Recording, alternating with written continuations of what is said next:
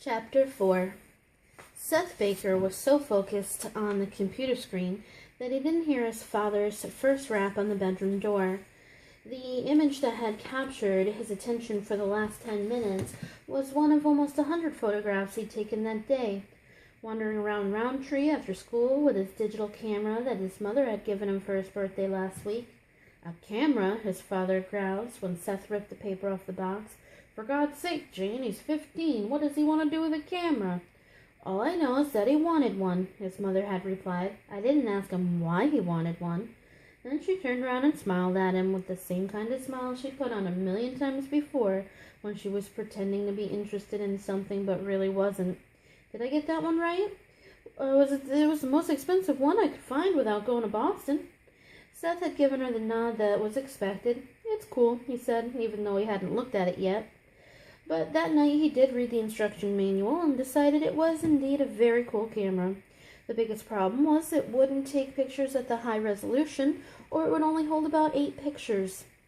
And ever since taking a class in photography that summer, he'd been taking dozens of pictures a day.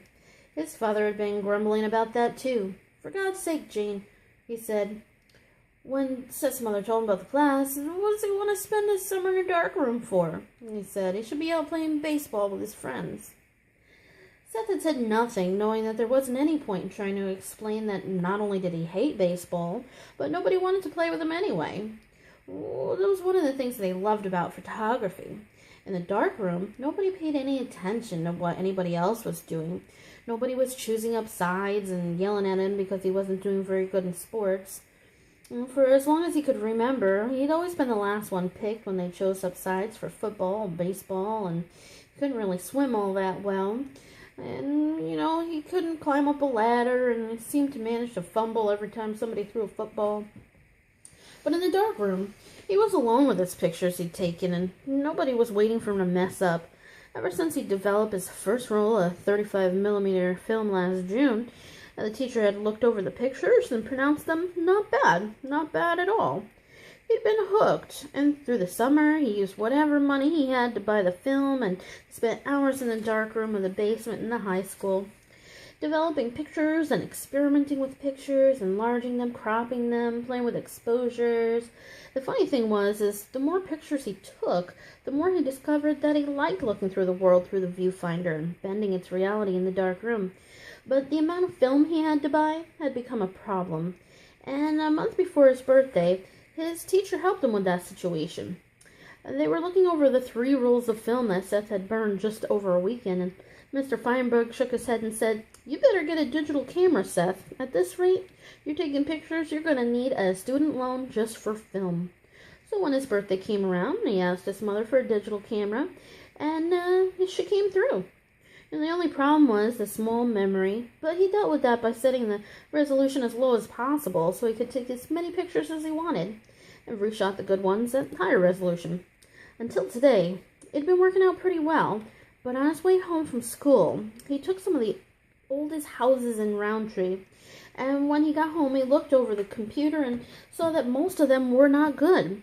The lighting hadn't been right, but the exposure, he knew he'd go back another day and take better ones at high resolution. It was the shot of the old house at Black Creek Crossing that presented a problem he could not resolve, and when he brought it up on the computer screen, it was something wrong with the upstairs window. It looked out of focus like the rest of the picture was in focus, but how could one picture on the second floor not be? As he looked closer, he wasn't sure. Maybe it was out of focus, maybe it was just a window or a reflection of the sun, but it wasn't shining on the house, and even if it was, where'd the shadow have come from?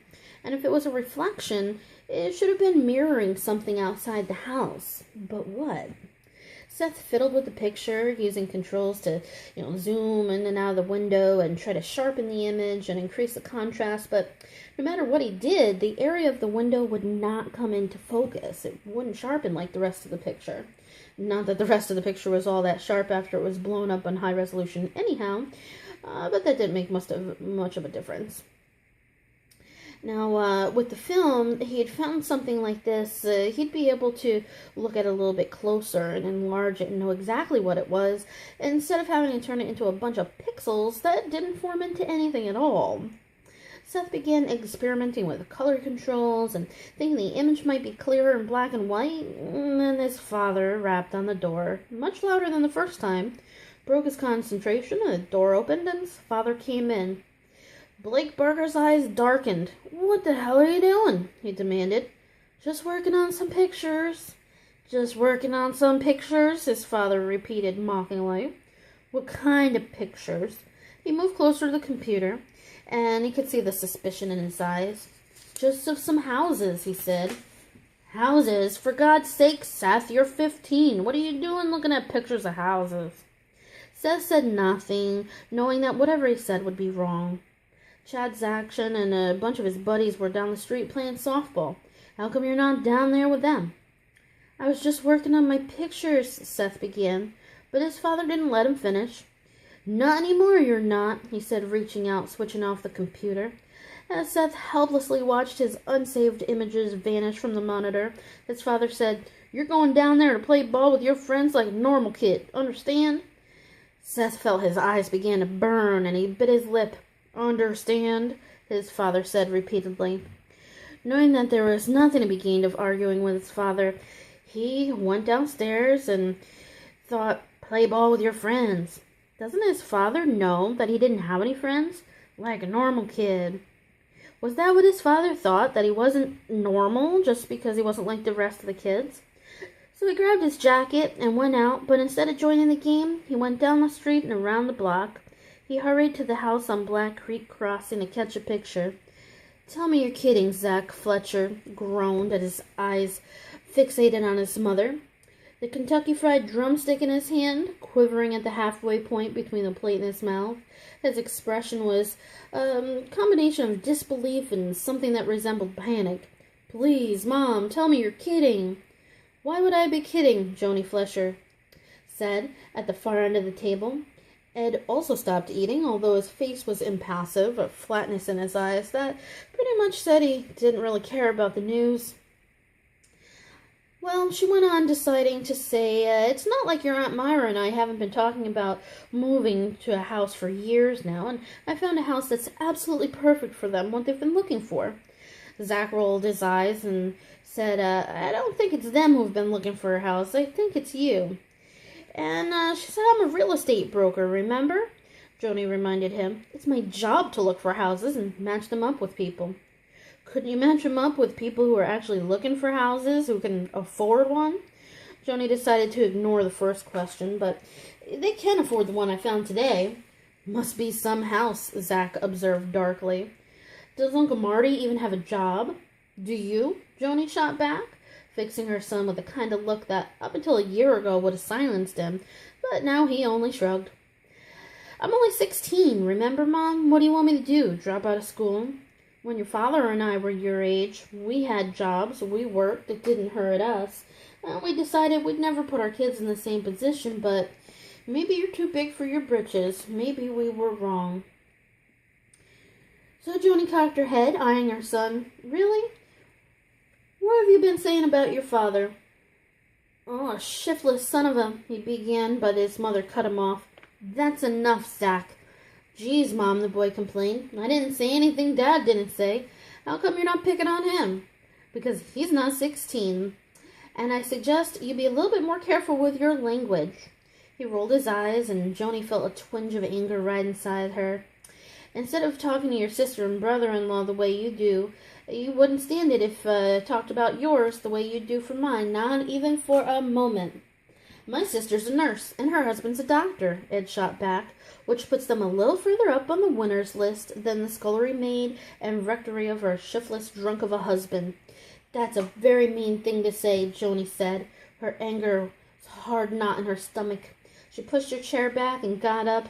"Zach, I expect you to take care of Angel." Zach stood up. "Why do I have to take care of her?" "Don't," Joni commanded, holding her hand up as if to physically block whatever Zach was about to say. "I think it's time you start being good to people." "Ah, gee," Zach groaned. "I'm gonna go get a pizza," he declared, and started out of the dining room. Joni rose to her feet. "You've not been excused from the table, young man." Zach ignored her, and a moment later the front door slammed. "You're gonna just let him go?" she demanded, wheeling on her husband. "Oh, come on, Joni, calm down," Ed Fletcher said, reaching out for a box of Kentucky Fried, helping himself to another piece. "He'll be back when he cools off, and you just gonna let him speak to me that way?" Ed shrugged. "What do you want me to do, hit him the way my dad hit me?" Joni was about to respond, and then changed her mind, dropped back in the chair, and said, "Of course I don't want you to hit him, but am I the only one who thinks he's a little too big for his britches?" Ed caught him off guard, and found his anger giving way to a laugh. "I swear to God," she sighed, "the two of you are going to drive me to an early grave. If your sister does wind up moving here, you're the only men in this house. You're going to have to clean up your language. As I recall, Myra doesn't take kindly to taking the name of the Lord in vain." "Don't call her sister Myra," Joni grumbled. "It makes her sound like a nun." "No nun would be married to Marty Sullivan. He's more likely to drive a woman to a covenant than to make her leave one." Rising out of the chair, he came around Joni's end of the table and nuzzled her neck. "And a good chance that they won't be back for a couple hours," he whispered huskily. "And if you're not still mad at me," he let his voice trail off suggestively, nibbled Joni's ear the way that always drove her crazy. He felt her resisting, but then a shiver ran through her. "Let's go upstairs," he whispered. About an hour later, they curled in each other's arms, with Joni's head resting on Ed's broad chest.